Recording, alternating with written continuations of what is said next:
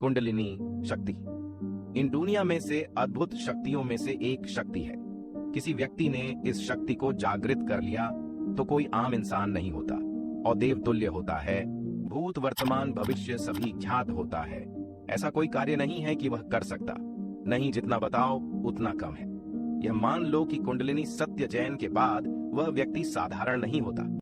आगे आपको बताऊंगा कि कुंडियां शक्तियां क्या हैं और उसे कैसे जागृत कर सकते हैं।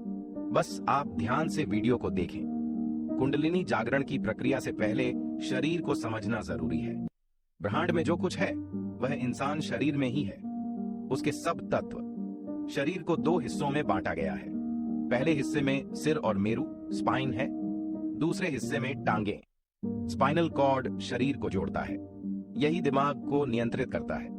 हमारी चेतना मेरु में दौड़ती है। यही 7 चक्र यानी 7 लोक हैं जिनमें कर्मों के फल संचित होने के कारण पुनर्जन्म होता है। भू भूव्र स्व स्वर्ग तप जन मह और सत्यलोक। इनमें से 5 मेरु में, छठा भ्रिकुटी में और 7वां दिमाग के ऊपरी हिस्से में स्थित है। शरीर 5 तत्वों से मिलकर बना, आकाश, वायु, अग्नि, जल और पृथ्वी। मूलाधार चक्र में पृथ्वी, स्विष्ठान में जल, मणिपुर में अग्नि, अनाहत में वायु और विशुद्ध में आकाश। इन चक्रों को प्रत्यक्ष नहीं देखा जा सकता। मानव एक प्रक्रिया के तहत इन तक पहुंचता है। मृत्यु के साथ ये चक्र गायब हो जाते हैं। मूलाधार चक्र रीढ़ की हड्डी के शुरुआती भाग यानी गुदा द्वार के पास होता है। सबसे पहले यहाँ ध्यान को लाया जाता है। यह कुंडलिनी शक्ति के बैठने का स्थान है। ऊं की मध्यम ध्वनि के साथ प्राणायाम किया जाता है। सीधे हाथ के अंगूठे से दाईं नासिका को बंद करके 3 ऊं सांस को खींचना और बाईं से छोड़ना। फिर यही क्रिया सीधे हाथ के अंगूठे से दाईं नासिका बंद करके 12 ऊं सांस रोक कर दोहराई जाती है। यह कल्पना करते हुए कि प्राण वायु कुंडलिनी को जगा रही है।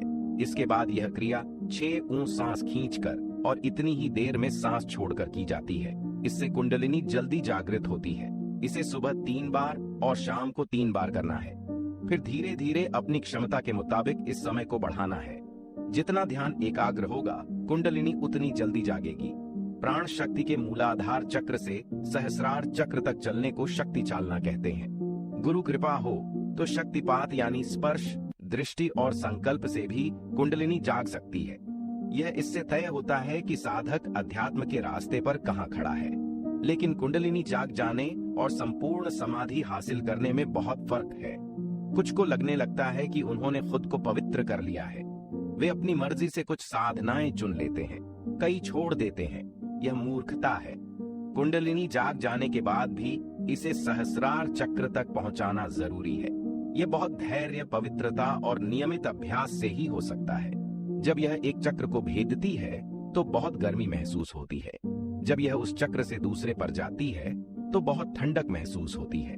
कुछ शुरुआती योगी महज कुछ आसन करके मानने लगते हैं कि कुंडलिनी उनकी गर्दन तक पहुंच गई है।